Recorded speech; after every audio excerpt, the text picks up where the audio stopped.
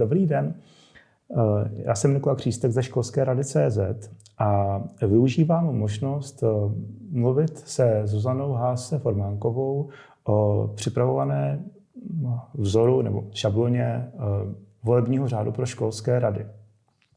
My jsme se Zuzanou už bavili do hloubky o hlasovací metodě D21, která může být pro volby do školské rady velmi produktivní, protože přináší silné kandidáty do pozic členů školské rady. A teď bychom se koukli na volební řád jako celek, protože Zuzana je specialistka pro volební systémy, což není jenom počítání hlasů, ale vlastně celý design těch voleb. A prošli bychom si jednotlivé části toho návrhu, který máme za školské rady CZ, a pobavili se o tom ve srovnání třeba se zkušenostmi, který má Zuzana ze studií a z experimentů, které provádí Institut H21 po celém světě. Takže díky, že jste se dělala čas. Já děkuji. Já jsem vám to posílal předem, máte to nějak zkouknutý, není to moc dlouhý dokument a pojďme se na to vrhnout. Trošku překvapivý může být, že my na první stránce toho volebního řádu máme definici školské rady, jo? Protože při volbách do parlamentu jako se většinou neuvádí, jaká je funkce parlamentu ve společnosti a tak dále. Možná by to něčemu pomohlo, možná by to i tam nebylo špatný. Jo. A my jsme ji tam umístili protože si myslíme, že jsou velmi rozptýlené a většinou nepřesné představy o tom, k čemu vlastně ta školská rada slouží. A to nejen na straně těch voličů, ale i na straně správců těch voleb, což jsou ředitelé, nebo na straně vlastníků těch voleb, což jsou zřizovatelé škol. A proto jsme si dovolili nabídnout nějakou definici, která akcentuje to, že ta školská rada je vlastně strategický orgán té školy. Mm-hmm. V zákoně je uvedeno, že školská rada pomáhá správě školy, že to je způsob, jakým můžou členové té školní komunity se podílet na správě školy, ale odborná literatura, pedagogická i manažerská, s tím pojmem správa dneska, 20 let poté, nakládá trošku jinak. Něco jiného je spravovat školu ve smyslu, aby tekla voda a nebyla zima a aby tam bylo jako dost lidí.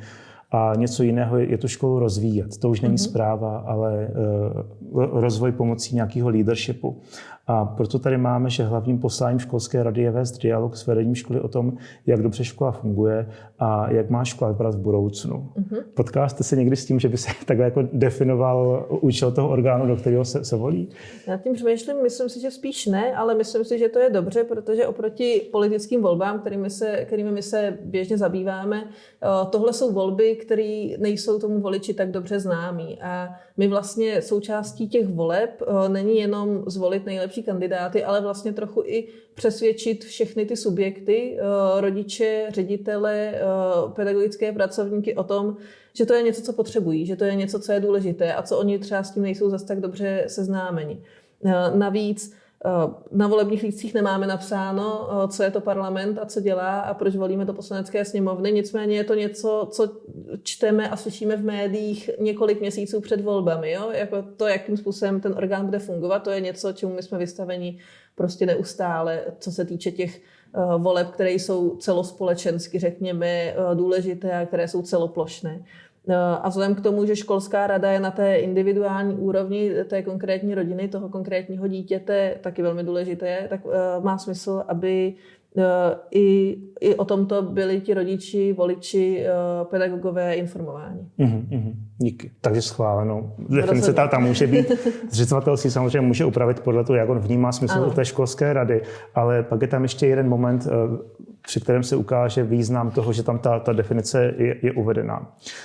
My jsme ten volební řád pojali dost příběhově, jo? Že vlastně je tam nějaký úvod, kde jsou základní myšlenky, na čem to je vlastně postavený, a v těch dalších kapitolách už se jede vlastně příběh těch voleb, tak jak to jde od vyhlášení přes podání kandidatur až po sčítání a vyhlášení.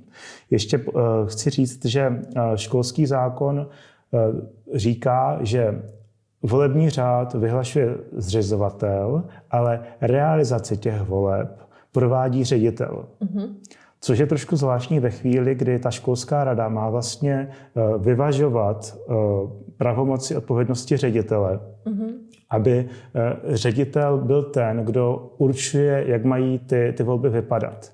A jasně, že ten volební řád říká, jak to má ředitel udělat, ale ten ředitel ho potom může způsobem, jakým komunikuje ty jednotlivé úkony, dost ohnout. A my takhle máme postavený ten volební řád, že vlastně tomu řediteli se dost explicitně říká, co má kdy udělat. Takže je to mechanismus, který napomáhá tomu, aby si lidi uvědomili, že školská rada není orgán podřízený řediteli. Tam dobře funguje vlastně ten zřízený orgán volební komise, který zřizuje tenhle volební řád, který je jmenovaný zřizovatelem a který vlastně zpětně dohlíží na práci toho ředitele na organizaci těch voleb. Což je opět systém, který je převzaný z běžných politických voleb a který dobře funguje, kde vlastně taky když volíme legislativu, nějakou zákonodárnou moc, tak z ní pak vyplývá výkonná moc, která pak realizuje ty volby a pak jsou tam nějaké nezávislé orgány, nebo jak nezávislé mohou být, aby dozorovali kvalitu těch voleb, které by měly být prostě nezávislé na těch stranách, které jsou voleny v těch volbách. Takže to je systém, který je taky vlastně převzatý z politických voleb, jedna ku jedné téměř.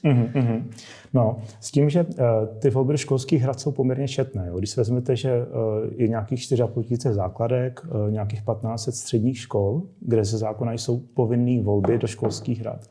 A navíc ty volby nejsou takový, jakože co 3 roky se najednou zvolí všichni.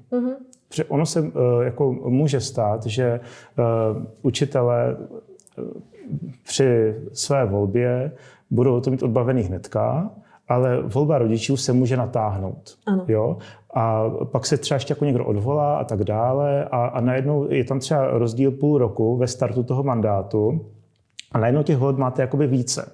Jo? A nebo se zvolí jeden reprezentant zákonných zástupců a zletilých dětí a až po delší době ten další. Takže najednou těch voleb máte více.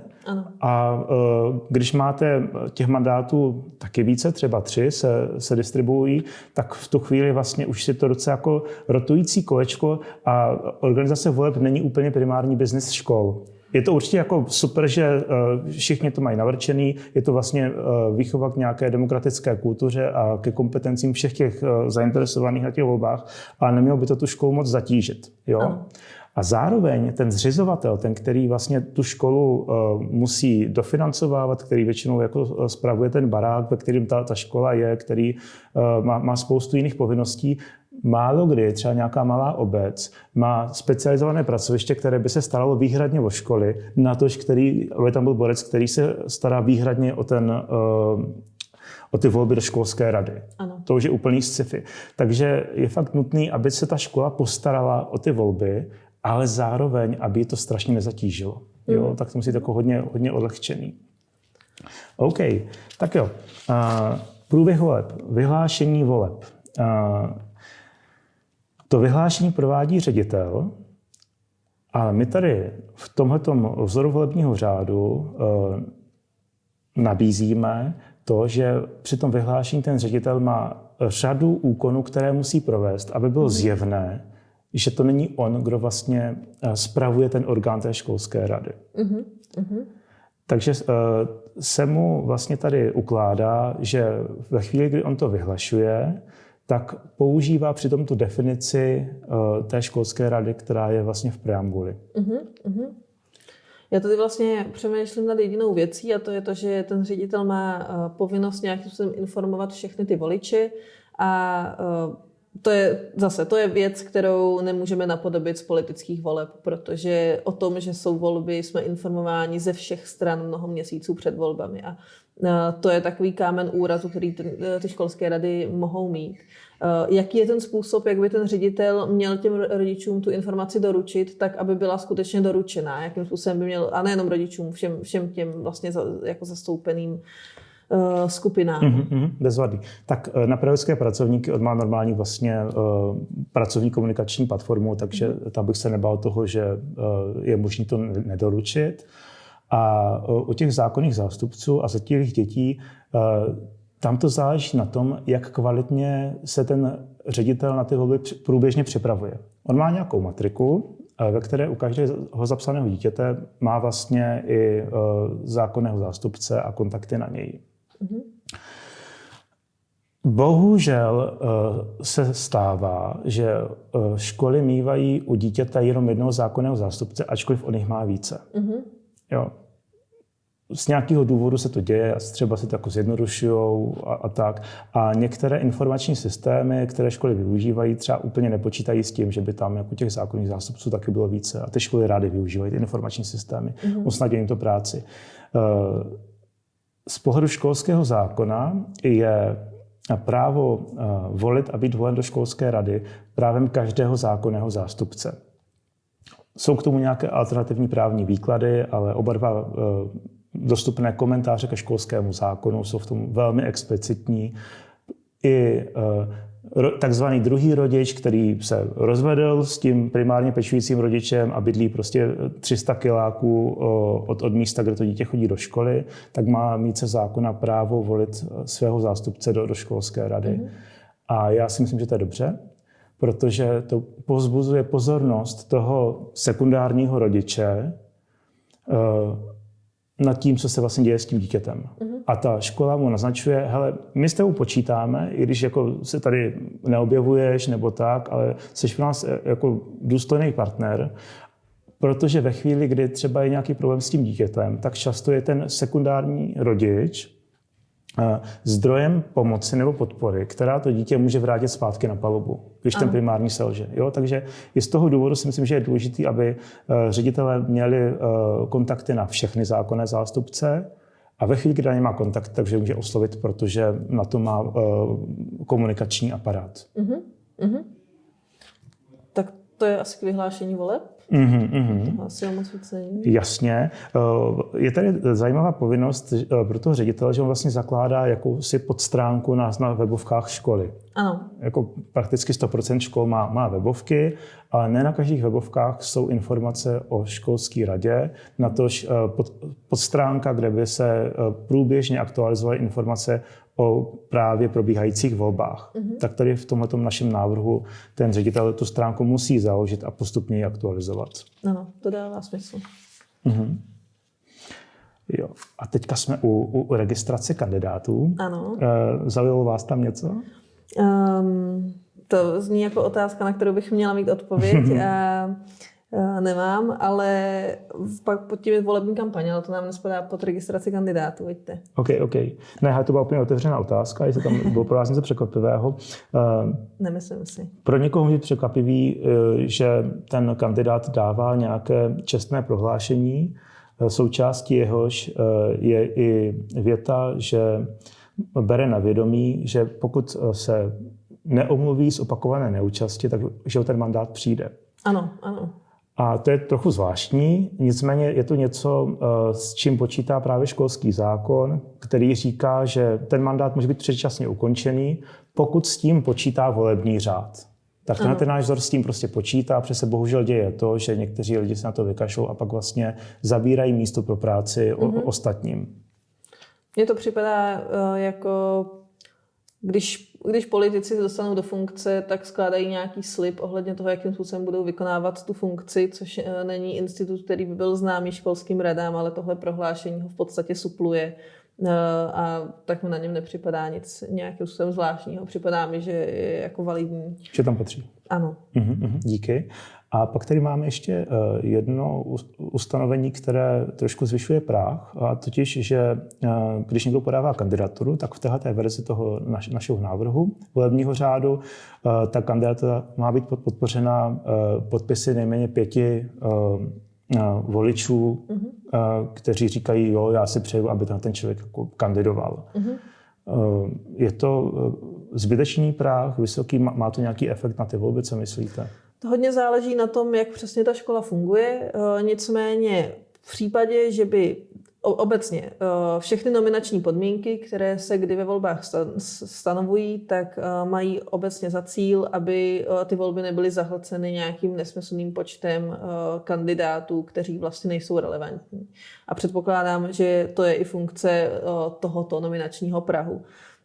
Může mít proto velký smysl, protože nechceme, aby se nám hlásil každý třetí rodič jenom tak prostě z plezíru a zatěžoval tím tu nějakou administrativu a v momentě, kdy je tam ta hranice 5 voličů, která je vlastně nízká, je vlastně formální, tak se tomu zabrání.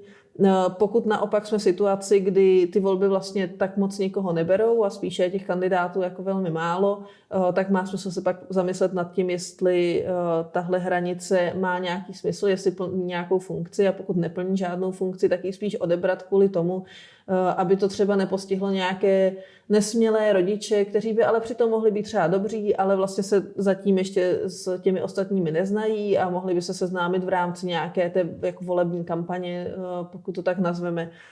To znamená, že za mě je to část, která by asi měla být na zase individuálním profilu té které školy. Má to smysl rozhodně více tam, kde ty školské rady už jsou zavedený orgán a kde o ně je zájem. Díky.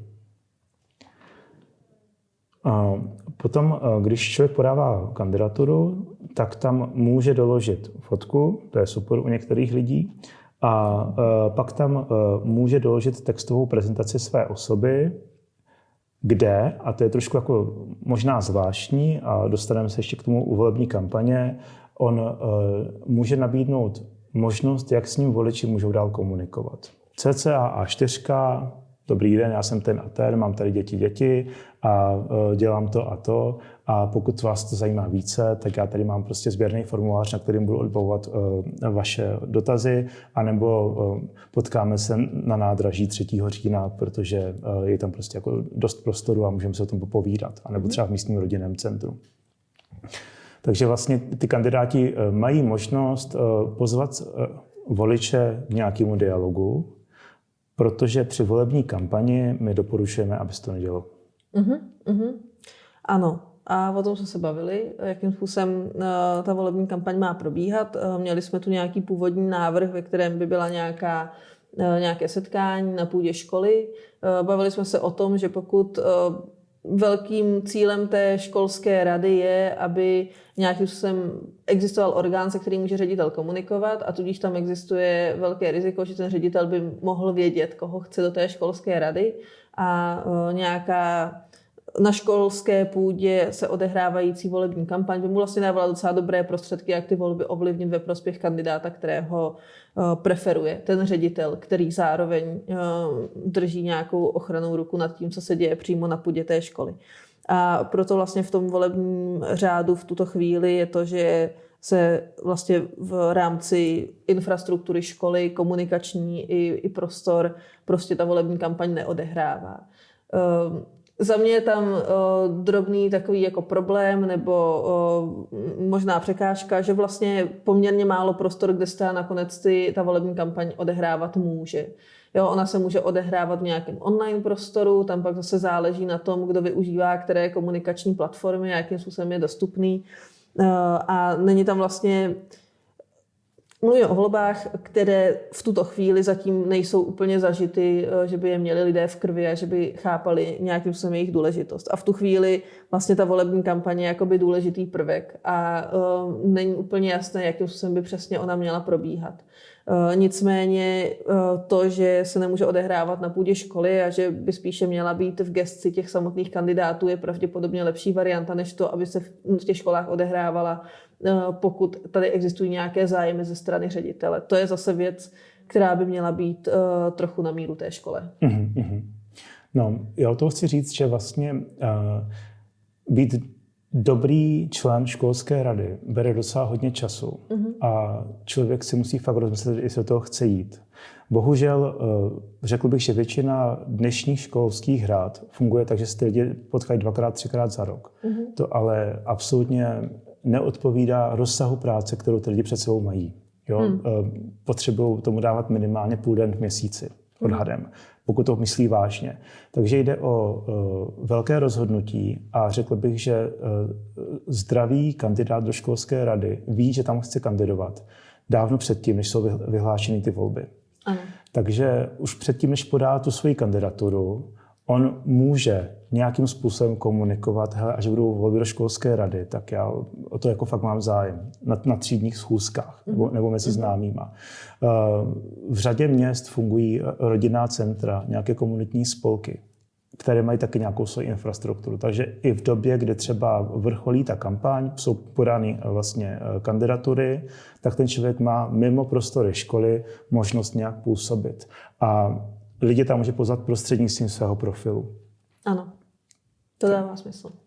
OK, takže je to taková jako trošku obtíž, že tlačíme prezentaci kandidátů trošku z půdy školy, ale vysvětlili jsme si, že to má poměrně jako zásadní význam na legitimitu té školské rady jako nezávislého orgánu ve škole. Ano. Hlasování. Hlasování. O tom jsme se bavili vlastně v tom minulém videu. Nevím, jestli to chceme nějak hlouběji rozebírat. Obecně je tu nějaká konzervativní varianta jednoho hlasu a pak je tu ta lepší varianta s více hlasy, kde jsme prostě schopni generovat konsenzuálnější kandidáty do těch školských rad, což je něco, o co rozhodně stojíme v takovém orgánu, kde se rozhoduje o tom, jakým způsobem bude ta škola fungovat. Mm-hmm. Jo, takže na to máme speciální video, kde to dáváme do větší hloubky a to je jeden z nejdůležitějších parametrů těch voleb. A vlastně způsobuje to i, jaký lidi mají chuť kandidovat do těch voleb. Bez pochyby. OK. No a potom jsou tady nějaké provozní detaily, kdy ten ředitel podle tohohle návrhu volebního řádu má možnost se rozhodnout, jestli ty volby budou online anebo offline. Ano. Anebo obojí, podle toho, jestli má k dispozici infrastrukturu, která mu třeba velmi to usnadňuje v onlineu, jsou školní informační systémy, které už dneska umožňují jednotlivým, například rodičům, hlasovat, a to tak, aby ten hlas byl anonymní.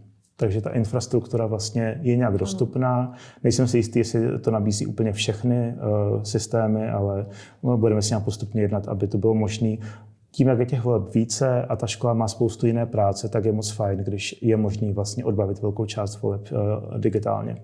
Ano. K tomuhle jediná poznámka je ta, že v tom prezenčním hlasování ti lidé musí prostě přijít do té školy a to pro ně může být nějaká překážka, to nejenom z hlediska zájmu, ale i třeba z hlediska prostě jiných povinností mimo tu školu, z hlediska práce, z hlediska dalších věcí. Což je na jednu stranu může být výhoda, že se k těm volbám dostanou skutečně ti, kteří o ně mají zájem. Na druhou stranu to samozřejmě škodí legitimitě těch voleb, pokud je ta volební účast velmi nízká.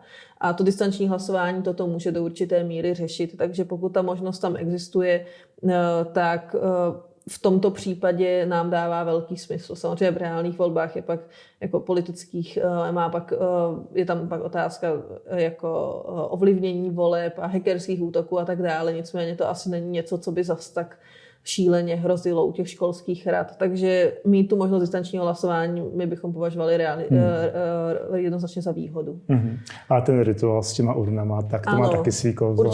Určitě má a dokonce pravděpodobně má nějaký i vliv na to, jakým způsobem potom člověk hlasuje, jakým způsobem si uvědomuje tu důležitost toho hlasu. Jo? Ten jako volby jako svátek demokracie, to není vůbec přežitý koncept. To je něco, co my v politologické literatuře sledujeme, že to má svůj vliv, to, že se lidé potkávají u těch uren a že vidí, že ostatní lidé taky hlasují, pak zvyšuje jejich důvěru v ty volby a tak dále. Takže svůj smysl to má. Pravděpodobně lépe by to třeba fungovalo v případě, kdy je to spojené třeba s nějakými třídními schůzkami anebo jinou událostí, která stejně ty rodiče nutí, aby do té školy přišli. A současně v tu dobu, aby se děly ty volby a tudíž se minimalizovalo to riziko, že ti lidé prostě neodvolí ne z nezájmu, ale z toho, že prostě zrovna mají směnu v nemocnici a nemohou přijít. Nebo operaci, takže to vyblokujete hnedka 2 voliče. Přesně tak. Jeden rodič operuje druhého. Jo. OK, tak jo. U zjišťování výsledků voleb se aktivizuje překvapivě poprvé podle mechanismu toho volebního řádu ta volební komise. Ano. Jo, to je prostě proto, že ten zřizovatel nemá personál na to, aby se staral o celý ty volby a zároveň potřebuje garantovat nezávislost těch voleb, což se projeví především tím, že to někdo mimo struktury školy vysčítá. To dává smysl. Tam není vůbec o čem. A ředitel ty výsledky voleb vyhlásí stejně, jako to udělal při pozvání lidí do těch voleb a zaktualizuje vlastně podstránku školské rady na škole, tak aby bylo zjevný, kdy kterému radnímu končí mandát. A lidi se mohli připravit na to, že v následujících řádných volbách, že to bude asi tehdy a tehdy. Tam dává smysl, aby ideálně tam nebyla příliš velká prodleva mezi tím, kdy se to hlasování ukončí a kdy se ty výsledky reálně vyhlásí, protože ti lidé jsou na to pak zvědaví a taky to zvyšuje tu důvěru v ty volby, když tam není úplně nějaký dlouhý čas, kdy nikdo neví, co se děje. Nicméně to je v tom školském, v tom volebním řádu zakotveno v tom, do kdy se mají ty hlasy sečíst, tak zároveň má smysl, aby zároveň tam byla lhůta, do kdy ten ředitel vyhlásí. Prima. Tak jo. No a potom je tady druhý možný orgán a to je přezkumná komise. Ano. To je orgán, který by měl v ideálním případě by nezasahoval do těch voleb žádným způsobem a aktivuje se až v případě, kdy někdo má podezření, že něco na těch volbách neproběhlo tak, jak mělo a v tu chvíli on vlastně vstupuje do hry, což je vlastně stejný, má to, je to paralela prostě k tomu, jak se fungují správní soudy, co se týče politických voleb, které máme v České republice. OK. No a na závěr trošku zaedukujeme kandidáty tím, ať si jako přečtou pravomoci a úkoly školské rady, které jsou ve školském zákoně. Je jich překvapivě dost. Když se na to člověk podívá, tak to jsou 2 docela masivní paragrafy a to je srovnatelný třeba jako s Českou školní inspekcí, jo, o které si nikdo nedovolí tvrdit, že by to byl prostě formální orgán a dělá to někdo, na koho to prostě jako zbylo. No a potom ještě doporučujeme zájemcům, ať už voličům, anebo kandidátům o školské rady, ať se ochytří ještě více na portálu školskerady.cz. Jo, tak díky za tuhletu oponenturu, která nebyla nějak radikální. Máme pocit teda, že jsme se trošku trefili. Uděláme pár úprav, například termín vyhlášení výsledků voleb, to je velmi dobrý tip. No a bude skvělý, když tenhle ten volební řád bude aktivizovat zajímavé kandidáty. To si myslím, že je jako největší problém školských rad, že lidem je nějak ženantní se vlastně hlásit, protože je to napsaný laickým jazykem, trošku příběhově, není to právničinou, proč je kandidát, pravděpodobně si to jako pročte, jako jeden z mála, ten dokument. Takže to není úplně pro ředitele nebo pro zřizovatele, ale nejvíce je to ta cílová skupina toho dokumentu, jsou ty kandidáti. A myslím, že ten dokument ten potenciál aktivizovat zajímavé lidi má. Že je dobře sečte a jsou v něm zakotvené dobré věci. Jo, super. No tak jo, školské rady jsou jako významná instituce, protože ve školách základních a středních je vlastně 1,5 milionu dětí. Jo. A mladíků a mladic. A ti mají své zákonné zástupce. Takže si vlastně bavíme o několika milionech lidí, kterých se tyhle volby týkají a můžou probíhat relativně často. Ano. Takže je důležitý, aby vlastně ten design těch voleb byl uživatelsky přívětivý, aby těm účastníkům dávali smysl, protože podle některých výzkumů docela přesvědčivě funguje to, že škola je první instituce, taková ta velká, mimo rodinu, kde se vlastně děti učí chovat se k jiným institucím. Hlavně ke státu nebo k municipalitě. A když mají zkušenost s tím, že ta škola funguje demokraticky, že tam ty procesy jsou braný vážně, není to formální, že ty školní orgány fungují, tak potom s takovým očekáváním oni přistupují i k těm větším celkům. A v tom si myslím, že je velký edukační potenciál těch školských rad. Nejen, že se baví s ředitelem, ale vlastně ten mechanismus tvorby školských rad kultivuje to prostředí a vzdělává.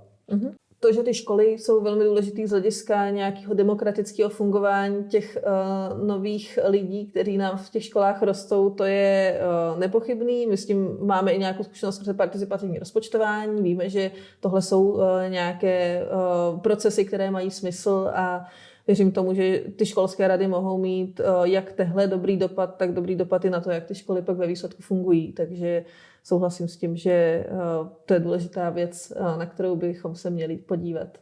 Díky, tak se potkáme u voleb. Tak se mějte. Naschledanou. Naschledanou.